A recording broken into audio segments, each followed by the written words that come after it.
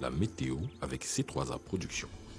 Bonsoir chers téléspectateurs et bienvenue à ce nouveau bulletin météo. J'espère que vous avez passé une très bonne journée. Heureusement pour nous, c'est un temps agréable qui va nous accompagner jusqu'à ce début de matinée avec des températures ça et là en légère baisse mais qui resteront dans l'ensemble assez chaudes. Remarquez, nous avons 22 degrés dans la région de l'Est. Dans la région du centre, les températures seront comprises entre 18 et 21 degrés. Dans la région de la Damawa, nous aurons 18 et 21 degrés également. Et plus loin dans la région de l'extrême nord, les températures atteindront même les 25 degrés. De manière un peu plus détaillée, mesdames et messieurs, je vous embarque dans la région du nord, ciel couvert dans l'ensemble, les températures 21-27 degrés. Oui, elles seront contrastées cette soirée, mais au début de matinée, ne vous inquiétez pas, elles pourront légèrement diminuer. Dans la région de la Damawa, ciel couvert également, les températures atteindront les 31 degrés, mais au petit matin, elles vont diminuer et être comprises entre 17 et 25 degrés. Dans la région de l'Est, à Bertoua, Batory, à Bamboyo, Kaduma, le ciel sera totalement couvert. Oui, les températures resteront contrastées du soir au matin. Le mois de mars est propice aux activités agricoles, ainsi il est recommandé de débuter dès maintenant et je vous invite à découvrir le Mont Cameroun. Je vous souhaite une excellente soirée. C'était la météo avec C3A Productions.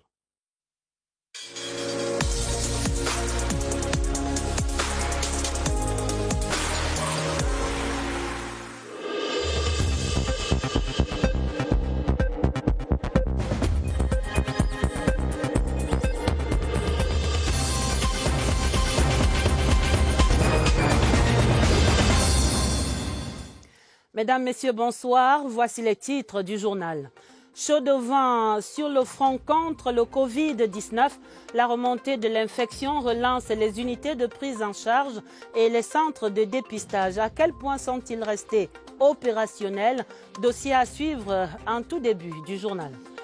Chaud de vent dans les champs de coton dans le nord. Les producteurs en colère décident tout de même de lever le mot d'ordre de grève, mais le feu couvre sous les cendres. On ira voir cela sur place à Garoua. Et puis, chaud de vent pour les Cannes 2021. Le Premier ministre chef du gouvernement prescrit l'accélération tous azimuts des préparatifs. Nous ferons le point de la session de ce mardi. Voilà pour les titres. Développement après ce message.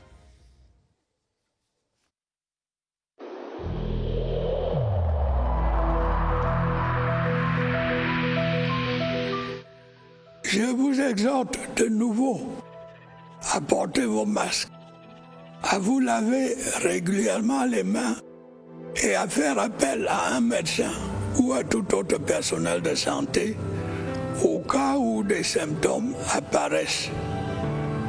C'est le seul moyen de préserver les vies et de freiner la propagation du virus.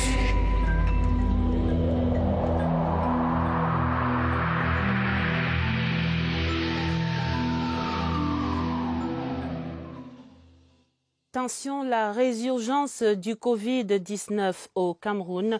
Le dossier du 20h30 en ouverture appelle à un sursaut collectif pour la reprise des mesures barrières. De nombreuses questions surgissent face à la remontée fulgurante des infections et du taux d'occupation des lits. Comment s'organise à présent la prise en charge maintenant que les centres agréés créés en 2020 ont été soit reconfigurés uniquement pour les prélèvements, soit alors fermés comme celui consacré à l'isolement à Olembe. Agnès Solange Abessolo, notre reporter, raconte le réveil brutal de ces unités de prise en charge du Covid-19. Hôpital de Djungolo, centre de prélèvement aux allures de centre de prise en charge, s'engorge à nouveau de patients. L'hôpital de Djungolo est un hôpital de l'Église. Et l'Église a toujours été aux côtés de ceux qui souffrent. Donc, de ce côté-là, nous sommes prêts. Face à la recrudescence des cas Covid, le personnel chargé de testing arbore sans hésiter son équipement de protection individuelle. Contrairement à l'hôpital central de Yaoundé, où l'ancienne unité d'isolement est convertie en service de réanimation médicale. Autrement dit, ici, l'on ne reçoit plus de malades Covid. Idem pour le centre d'isolement d'Olembe, fermé depuis le mois de juillet 2020. À la même période, l'année dernière, le centre de prise en charge de l'hôpital général de Yaoundé fermait également ses portes. Seuls les tests de dépistage rapide sont effectués partiellement. À l'hôpital Jameau, le service de prélèvement est resté constant. Depuis le mois de juin que l'on a arrêté d'être un centre de prise en charge selon les notes et les directives du Premier ministre du 18 juin, nous n'avons pas cessé d'être un centre de dépistage. Les balises de sécurité n'ont pas bougé, l'attente aussi. Entre-temps, les unités de prise en charge se sont réinventées. L'équipe de prélèvement et le service psychosocial avait continué à faire le screening sous la tente pendant toutes ces périodes. Et cette organisation avait pour but de renforcer cette équipe de prélèvement parce qu'en fait, la prise en charge, on ne le faisait pas. Dès qu'on avait des cas positifs, on organisait le transfert pour Oka. Avec le nombre de patients Covid qui grimpe chaque jour, l'hôpital Jameau renoue forcément avec la prise en charge des malades Covid dès ce mercredi. Seule doléance, des conditions plus spartiates. Avant tout, se faire dépister dès les moindres symptômes des formations sanitaires de 2e et 3e catégorie, ainsi que 5 sites sont ainsi dédiés au dépistage rapide dans la capitale. Pour la prise en charge effective des cas positifs, le centre de prise en charge spécialisé de l'hôpital central annexe 2, on vient de l'entendre, c'est à Orca. Il reste le seul fonctionnel opérationnel à ce jour. Voici le guide pratique en cas d'inquiétude sur ce front du Covid-19. Il est signé Irène Ndjanafouda. C'est le test de dépistage rapide, en abrégé TDR, qui fixe chacun sur son sort dans un intervalle de 15 à 30 minutes sans bourse déliée. Et pour réaliser ce prélèvement nasal à Yaoundé, il faut frapper à la bonne porte. Au site de prélèvement du palais polyvalent de sport Fandena, juste au niveau du stade Omnisport, et PC de Djungolo, dans les centres médicaux d'arrondissement de Mendon, d'Oyomaban, ainsi que le CHU, l'hôpital central, l'hôpital général, l'hôpital gynéco-obstétrique et pédiatrique, le centre médical de la CNPS et quelques centres de santé privés tels que le Jourdain. Le dépistage effectué en lieu sûr garantit la fiabilité du résultat. Lorsque celui-ci s'avère positif chez un sujet symptomatique, l'unique point de chute est incontournable. Les cas symptomatiques sont traités exclusivement dans notre centre de prise en charge spécialisé de l'hôpital central annexe 2, bâtiment de l'ancien ORCA.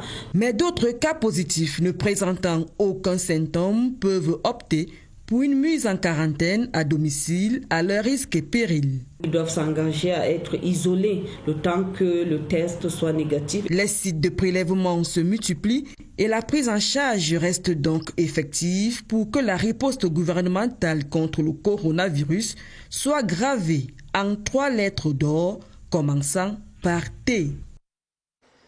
Et cependant, malgré les rappels à l'ordre du président de la République et des autorités sanitaires, le respect des mesures barrières anti-Covid-19 n'est plus guère d'actualité dans certaines administrations et lieux publics. Le relâchement est partout perceptible dans certains bâtiments dès l'entrée comme à l'intérieur. Les dispositifs de lavage des mains sont tombés aux oubliettes, tout comme le port obligatoire du masque, la prise même de la température. Et ce sont là pourtant des gestes à réhabiliter d'urgence, Sidoine Monkam. Au milieu du danger qui rôde en permanence, certains ont tombé leur masque de protection. Des clichés comme ceux-ci sont légion dans les administrations et autres lieux publics où le masque ne semble plus d'actualité. Vous avez constaté, devant c'est ouvert, derrière c'est ouvert. Il n'y a personne là pour demander où est ton cache-nez. Il n'y a personne pour diriger les gens vers là où il y avait de l'eau. Et puis, chacun fait comme il veut. Nombre de citoyens font fi des affiches et notices placées à l'entrée des services. Port obligatoire du masque et désinfection des mains avant tout accès. Ces règles ne sont plus appliquées à la lettre. Les usagers vont et viennent dans l'indifférence totale. Si l'administration baisse la garde, ça va devenir ce que ça va devenir, la poubelle. Si le ministre décide de ce que personne n'entre sans cache-nez, personne ne va entrer. Et puis, on va respecter la norme. Cache-nez sur le menton ou quasi absent, dans les couloirs, les incrédules prennent le dessus sur ceux qui sont encore conscients. L'heure est grave, il faut stopper la récréation. Certains services sont prêts à réactiver le plan de riposte. Nous allons imposer le port du masque systématique et pour ce qui est de la distanciation, nous allons mettre en œuvre ce qui avait déjà été fait, l'organisation du travail par équipe. Au niveau des usagers clients, il faudrait qu'on les reçoive par vague. Le virus est toujours présent et on le dit, plus dangereux aujourd'hui. La prévention demeure la bonne précaution.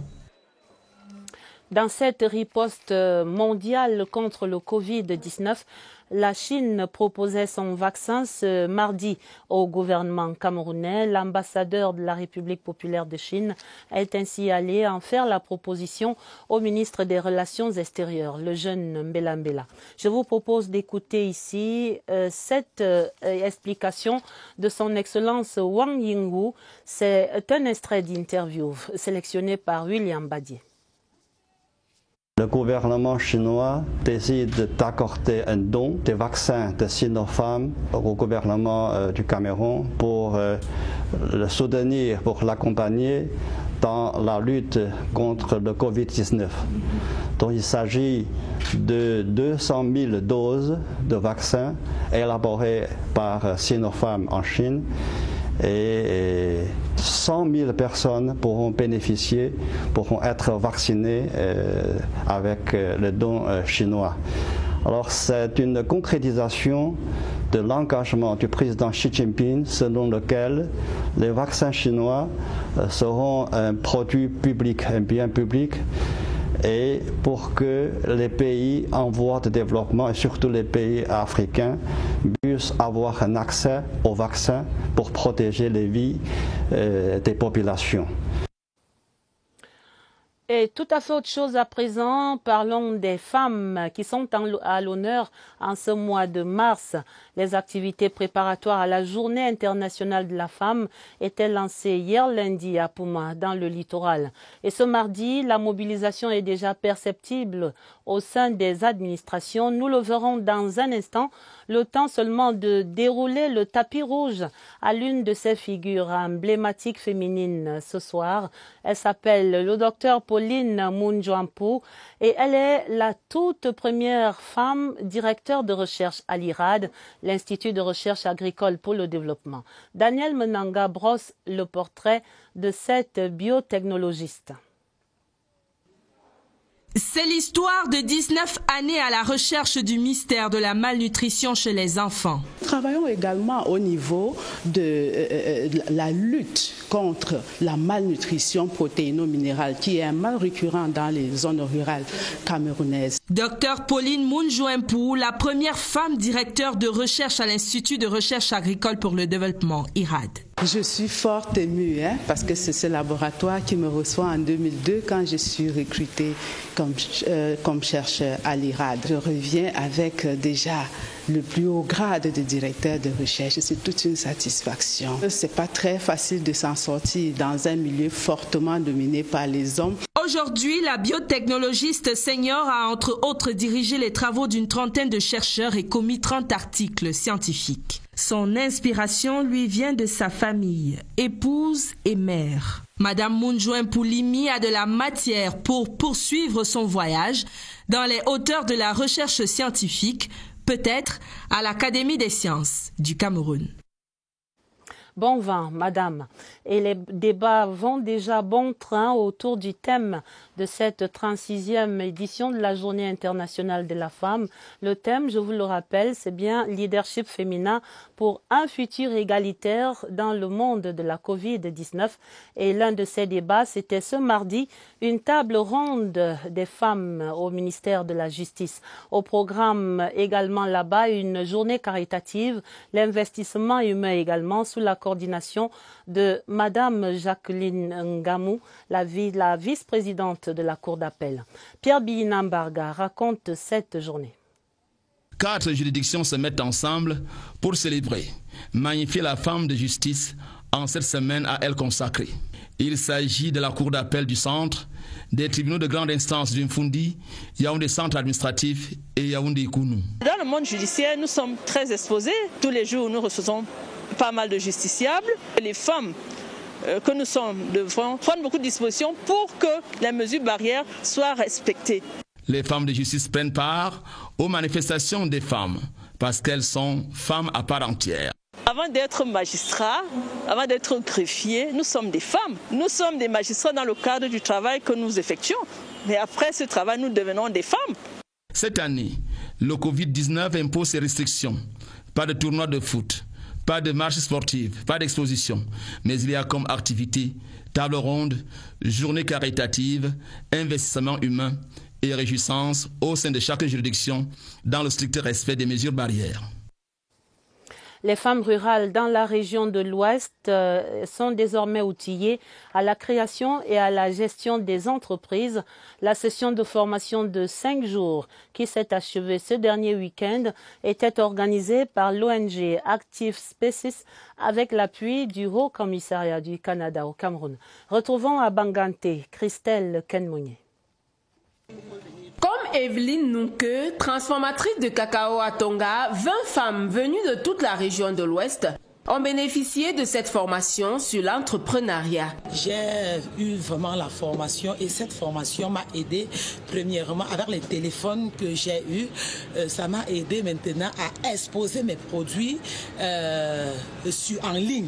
Le haut commissaire du Canada auprès du Cameroun, Richard Ball, partenaire principal, s'est réjoui du résultat obtenu. S'enracine bien dans la communauté et jouit d'un succès à long terme aussi. Des appuis financiers et des téléphones portables Android leur ont été remis par les partenaires au rang desquels la Fondation NIAT afin de les accompagner dans l'expansion de leurs entreprises. Dans la région du Nord, le calme est revenu parmi les producteurs de coton. Le mot d'ordre de grève a été levé après une session extraordinaire de la Confédération nationale des producteurs de coton du Cameroun. Pour les explications, retrouvons à Garoua, Iya Achamalim.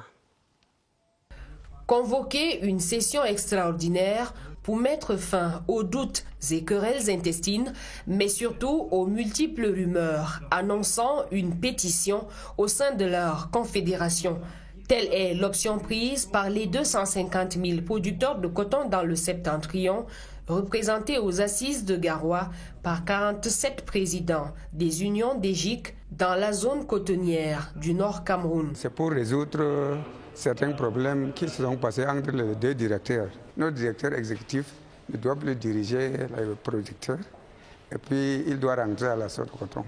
La rencontre de Garoua s'est voulue à la fois pédagogique que conciliante. Sans seau de coton, il n'y a pas les planteurs. Sans les planteurs, il n'y a pas la seau de coton. Les producteurs de coton dans les régions du Nord, de l'extrême Nord et de l'Adamawa s'engagent à être des acteurs de développement durable basés sur une culture de la paix, tout en réitérant leurs remerciements au chef de l'État, Paul Biya, pour sa constante sollicitude à leur endroit. Ici à Yaoundé, la capitale reçoit la visite du directeur général de Shelter Afrique, Andrew Chimponda, et sa délégation échangeait ce mardi avec les responsables du secteur de l'immobilier. Et l'audience avec la ministre Célestine Ketcha-Courtès était l'occasion pour les plénipotentiaires de cette société pour l'habitat et le logement en Afrique d'évoquer le développement éventuel des habitations à logement abordable au Cameroun et puis la prochaine assemblée générale de Shelter Afrique prévue à Yaoundé. Le point de ces échanges, Séverin Alégambélé. Le séjour à Yaoundé de la délégation de Shelter Afrique a vocation à relancer les investissements de cette institution au Cameroun. Cela à travers la mise à disposition des lignes de crédit, des prêts à la construction, des services de conseil et d'assistance aux organismes locaux intervenant dans le secteur de l'immobilier.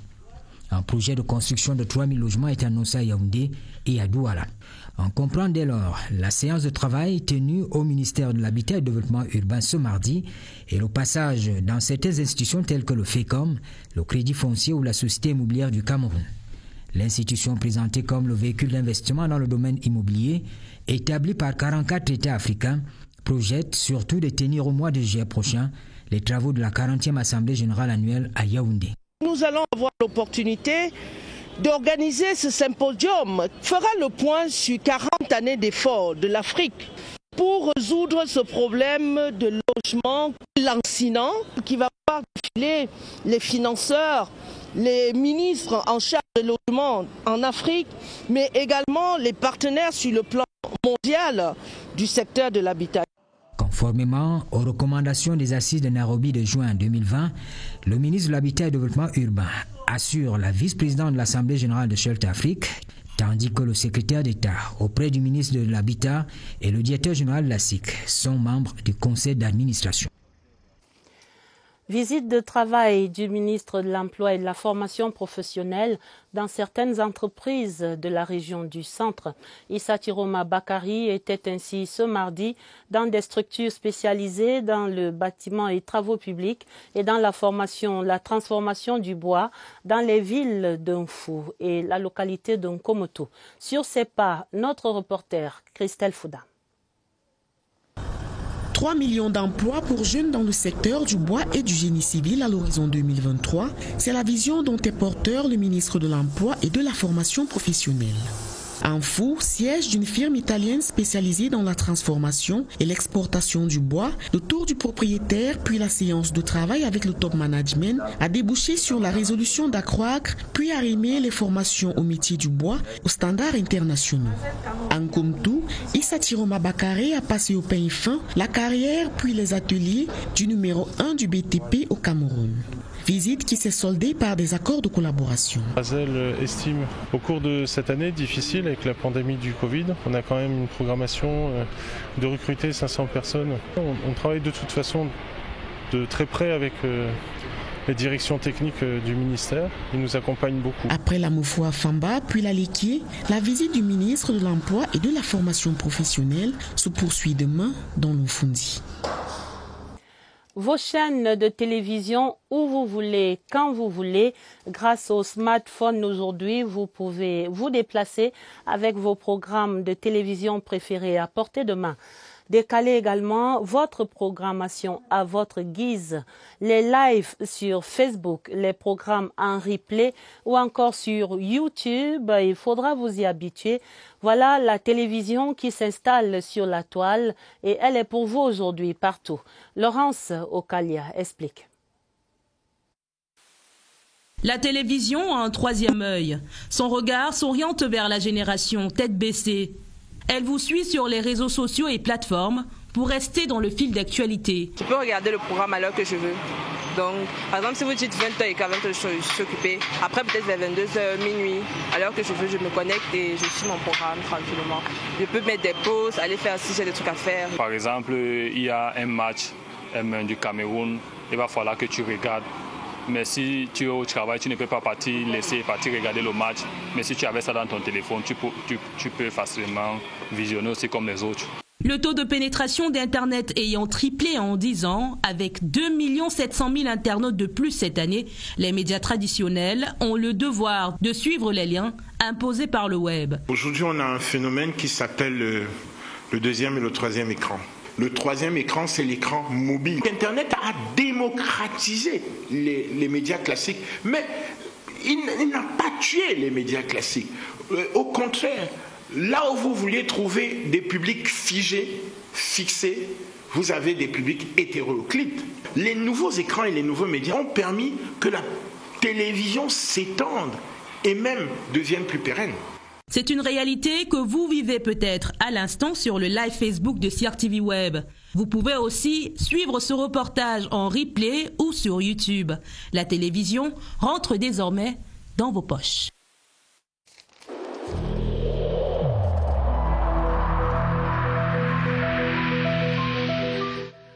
Je vous exhorte de nouveau à porter vos masques, à vous laver régulièrement les mains et à faire appel à un médecin ou à tout autre personnel de santé au cas où des symptômes apparaissent.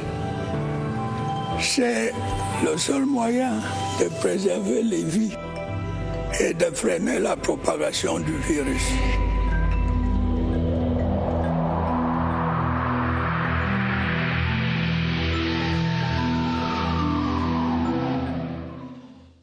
Comme tous les soirs, nous faisons le point de la riposte nationale contre le Covid-19. Vous l'avez entendu, vous le savez maintenant, la tendance des contamination est à la hausse. Au total, on compte aujourd'hui des cas confirmés positifs enregistrés entre le 18 et le 24 février. Le littoral à lui seul, par exemple, est à 575 nouveaux cas, le nord-ouest à 385 et l'ouest à 324, une flambée attribuée au faible engagement communautaire. L'alerte est également sonnée encore ce soir par l'invité de Évariste Eyenga. Nous les retrouvons au centre des opérations des urgences de santé publique pour d'autres explications sur ces avancées. Bonsoir Évariste. Bonsoir. Engagement communautaire, expression nouvelle dans le jargon de la riposte nationale contre le coronavirus Covid-19.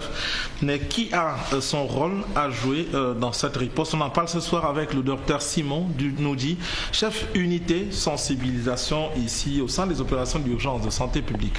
Docteur, bonsoir. Bonsoir Évariste. Engagement communautaire, vous nous dites à quoi cela renvoie et quel est son impact dans cette riposte?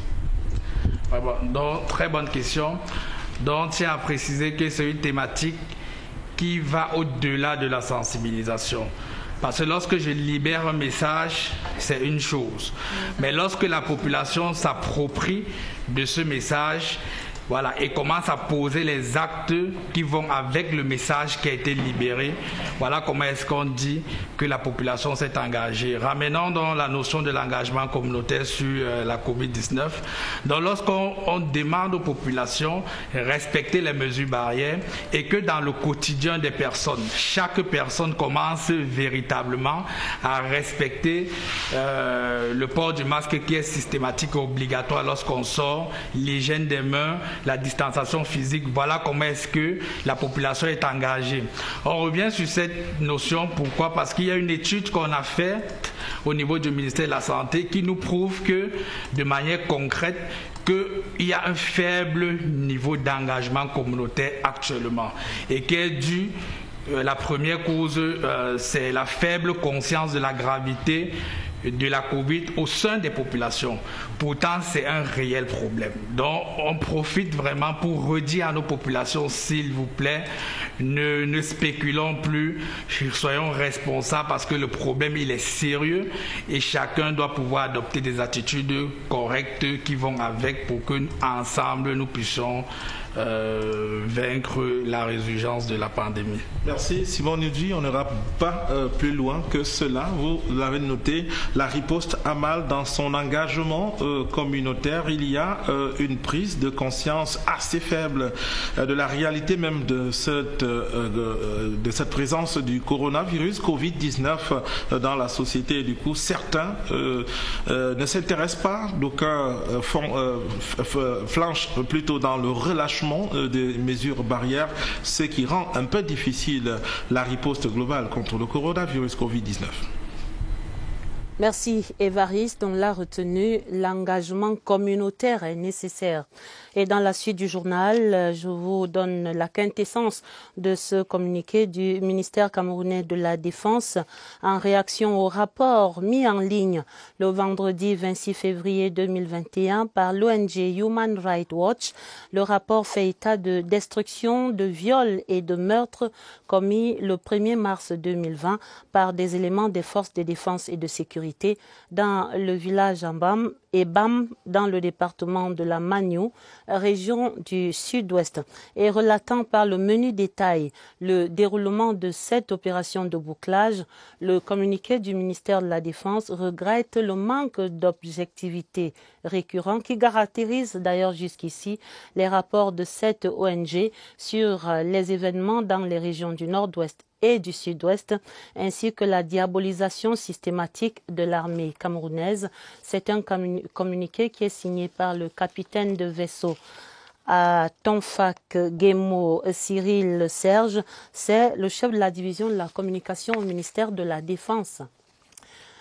Le journal se poursuit avec la fin ce mardi des travaux de la première session ordinaire au Parlement de la Communauté économique et monétaire de l'Afrique centrale, la CEMAC. Parmi les principales résolutions, on retient l'adoption du budget de la CEMAC dont le montant s'élève à plus de 89 milliards de francs CFA. Ces travaux étaient conduits par Hilarion Eton, le président du Parlement de la CEMAC. Le point, Pulchéri Athé. Pendant 30 jours, les députés communautaires ont passé en revue et par visioconférence les sujets préoccupants de la communauté tels que présentés par le président de la commission CEMAC, le professeur Daniel Onaundo. Ce rapport résume d'abord le bilan de l'année 2020, où toutes les difficultés enregistrées, les crises intercommunautaires au Tchad, le terrorisme transfrontalier. Autre sujet en débat, c'est celui relatif au budget de la CEMAC pour l'exercice 2021. Un budget prévisionnel de 89 milliards 244 millions de francs CFA et dont la réalisation est en partie conditionnée par le recouvrement de la taxe communautaire d'intégration. Rareté de moyens pour financer le fonctionnement de la communauté. Le recouvrement de la taxe communautaire d'intégration qui est une taxe de 1%. Les députés communautaires ont par ailleurs validé les mandats de 2 parlementaires camerounais, l'honorable Antoinette Mbangwaye et l'honorable Bernard Atioun Funju, qui siègent désormais au Parlement CEMAC en remplacement de Marie-Rose Nguinefa et du regretté Joseph Mbandab.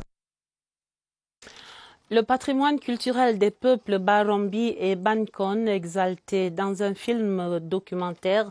L'auteur du documentaire de 52 minutes, Grace Kama de Kamer Production, a remis des lettres de déférence et de remerciement adressées pour un lot au président de la République et pour l'autre au Premier ministre chef du gouvernement pour remercier donc ces autorités d'avoir permis leur accès au compte l'affectation spéciale.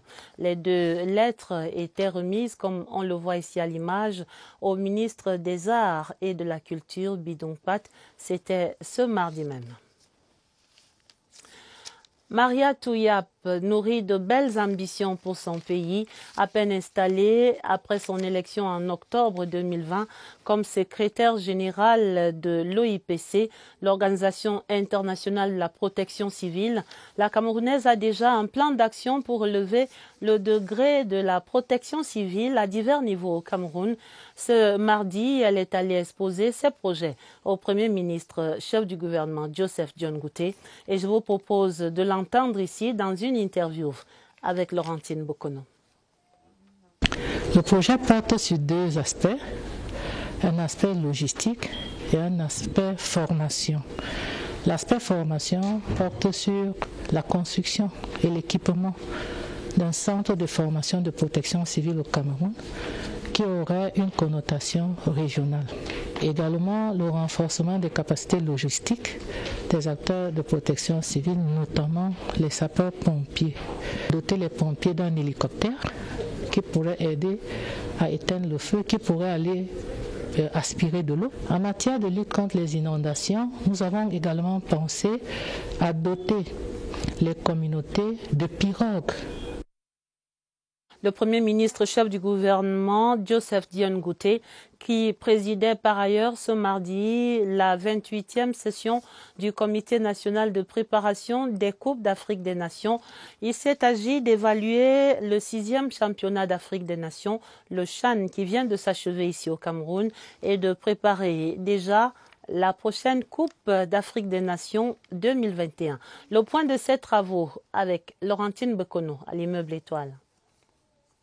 Des activités, des dates et des personnes ressources. Tout est dit et clairement exposé dans la feuille de route que prescrit le Premier ministre chef du gouvernement, Joseph Dion Ngouté, à ses équipes pour aller plus haut et plus loin dans l'organisation de la prochaine Coupe d'Afrique des Nations que le Cameroun s'apprête à accueillir. L'accent sera mis sur la pleine fonctionnalité et la disponibilité entière des infrastructures et équipements afin que nous puissions anticiper sur des problèmes auxquels des solutions devront être apportées suffisamment à temps. Avant la fin de cette semaine, le ministre des Sports devra avoir remis à chaque administration concernée le relevé complet des insuffisances constatées lors du dernier CHAN et des améliorations attendues. Au plus tard, début avril prochain, les différentes commissions et unités chargées de l'organisation de la CAN 2022 devraient être opérationnelles. Au plus tard, en octobre 2021, soit 3 mois avant le début de la compétition, les contrats de service avec différents prestataires devraient être bouclés et signés.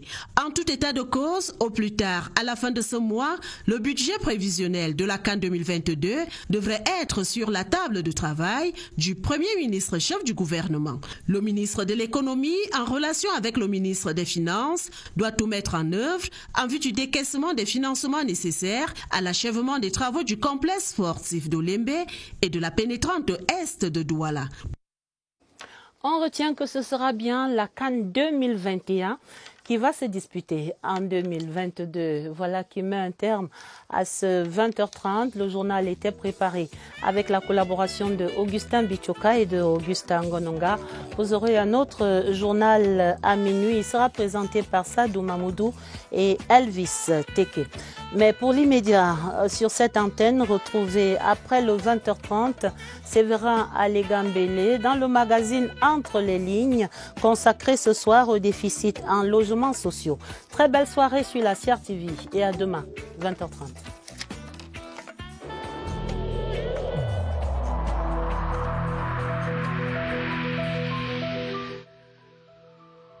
Malgré nos efforts, le Covid-19 a endeuillé de nombreuses familles et provoqué de graves difficultés dans le fonctionnement de notre économie et de notre société.